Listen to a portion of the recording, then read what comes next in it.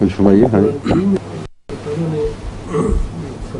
جو تخلیق آدم کا جی سوال ہوا جی تو فرشتوں سے پوچھا یا مشورہ کیا جی کہ میں ایک انسان پیدا کرنے والا ہوں، اور انہوں نے پھر کہا کہ وہ تو خون بہائے گا. اس میں دو سوال پوچھنا ہوتے ہیں. ایک تو یہ کہ اللہ تعالیٰ کو تخلیق کے لیے کسی مشورے کی ضرورت تھی، اور دوسرا یہ کہ کیا فرشتے بھی عالم الغیب تھے کہ انہوں نے پہلے سے بتا دیا کہ صاحب یہ کچھ کریں. ہاں، لیکن دو سوالوں سے پہلے ایک اور سوال پیدا ہوتا ہے. وہ قرآن کریم کی آیت دکھائیں جس میں لکھا ہو کہ اللہ تعالیٰ نے مشورہ کیا تھا. بتائیں، یہ مشورہ ہے؟ یہ تو اطلاع ہے. اطلاع دینے میں تو کوئی حرج نہیں. اور لا علم کو اطلاع ملے گی تو پتہ چلے گا، ورنہ ان کو کیسے پتہ چلے؟ یہ جو اطلاع ہے یہ بڑی پرحکمت ہوتی ہے. اس سے رائل پروناؤنسمنٹ لائک تھنگ، خدا تعالیٰ کے جس طرح ایک بادشاہ فرمان جاری کرتا ہے، اللہ نے فرمان جاری کر دیا وقت سے پہلے. یہ فیلر کا کام بھی دیتی ہے تاکہ دبے ہوئے اعتراضات کو الجھنے لوگوں کے ذہن میں پیدا ہوں تو وہ اصل وقت شروع ہونے سے پہلے پوچھ لیں اور بتا دیں. تو مشورہ خدا تعالیٰ نے کہیں نہیں فرمایا. سارے قرآن میں ڈیکلریشن ہے صرف. اور وہ جو خدا تعالیٰ نے جس حکمت کے پیش نظر کیا تھا وہ حکمت ظاہر ہو گئی. بعض کے دل میں سوالات پیدا ہوئے، انہوں نے پوچھ لیے، ان کو جواب مل گیا. ٹھیک ہے. لیکن فرشتوں نے پہلے سے تو جواب دیا کہ وہ تو انسان یہ کرے گا، یہ کرے. کیا وہ جب خدا نے فرمایا جاعل فی الارض خلیفہ تو صاف ظاہر ہے کہ اللہ تعالیٰ نے اس کے متعلق کچھ اور باتیں بھی بتائی ہوں گی. ایک لفظ نہیں کہا، کیونکہ جتنا پرانا واقعہ ہو اتنا اختصار کے ساتھ بیان کیا جاتا ہے.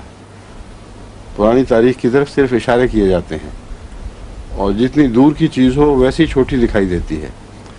تو اللہ تعالیٰ نے اپنے بیان میں اس قدرتی پرسپیکٹو کو ہمیشہ پیش نظر رکھا ہے. بس وہ واقعہ بہت دور کا ہے، اور اس وقت کتنی لمبی باتیں ہوئیں یہ ساری باتیں ویسے چھوڑ دی گئی ہیں. اس کا مرکزی نقطہ بیان فرما دیا کہ میں خلیفہ بناؤں گا. جب خلیفہ تو خلیفہ کی وضاحت بھی کی ہوگی کہ خلیفہ کیا ہوتا ہے، کیا وہ کام کرے گا.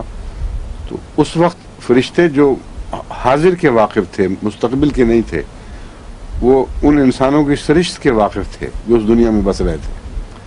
وہ قتل و غارت کرنے والے اور خون بہانے والے اور ہر قسم کے عیوب میں ملوث تھے. تو اول تو دو طرح کے احتمالات ہیں.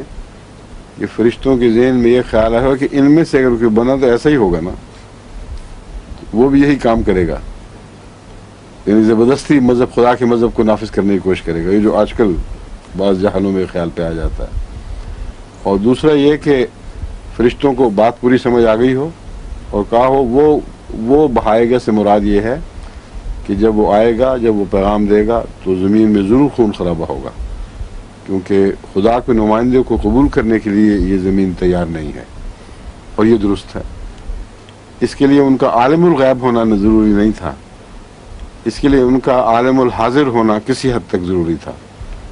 چنانچہ انہوں نے اپنے مشاہدہ سے جو اس وقت کی زندگی کے حالات سے ان پر غور کر کے ایک بہت اچھی رائے بظاہر دی، لیکن مزید باتوں کا علم نہیں تھا. جب خدا نے وہ بتائیں یا کشفاً دکھلائی گئیں تو پھر انہوں نے کہا کہ ہاں ہمیں جس کا علم نہیں تھا ہم کس کہہ سکتے تھے. ٹھیک ہے، سمجھیے.